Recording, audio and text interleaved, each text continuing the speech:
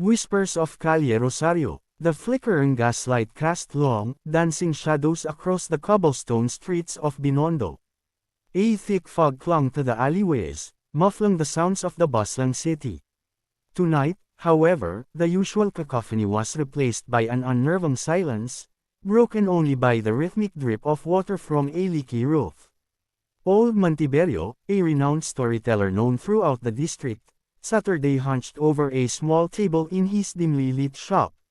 He was known for his tales of aswang, manananggal, and other creatures of Filipino folklore, tales that sent shivers down the spines of even the bravest souls. Tonight, however, his story was different. It was a story he'd never shared before, a story whispered only in the darkest corners of his memory.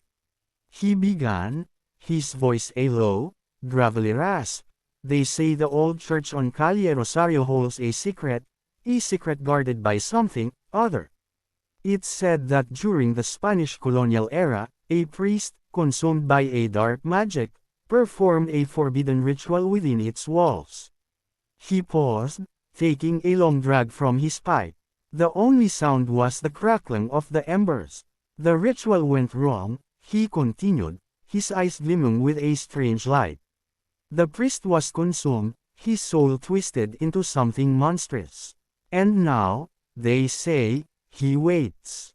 He waits for a soul to claim, a soul to replace his own. A young woman, Elena, Saturday listening intently. She was a newcomer to Binondo, drawn by its rich history and vibrant culture. But tonight, a sense of unease washed over her as Tiberio spoke.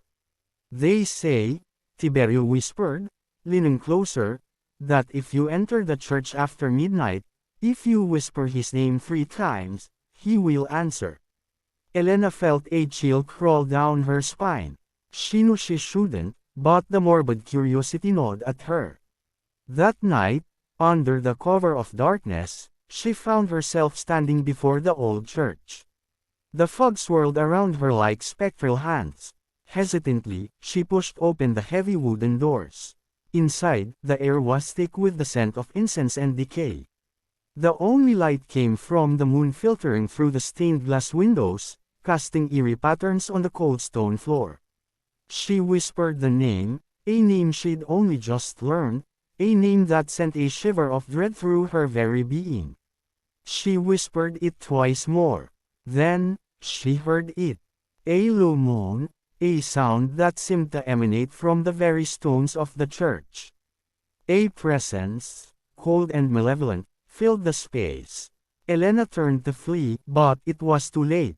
The shadows moved, coalescing into a horrifying figure, its eyes burning with an unholy light. The next morning, the church stood silent, its secrets undisturbed. Only the lingering scent of incense and the faint whisper of the wind remained, a testament to the horror that had unfolded within its ancient walls. And old Mantiberio, his tale told, Saturday alone in his shop, the flickering gaslight casting long, dancing shadows across his wrinkled face.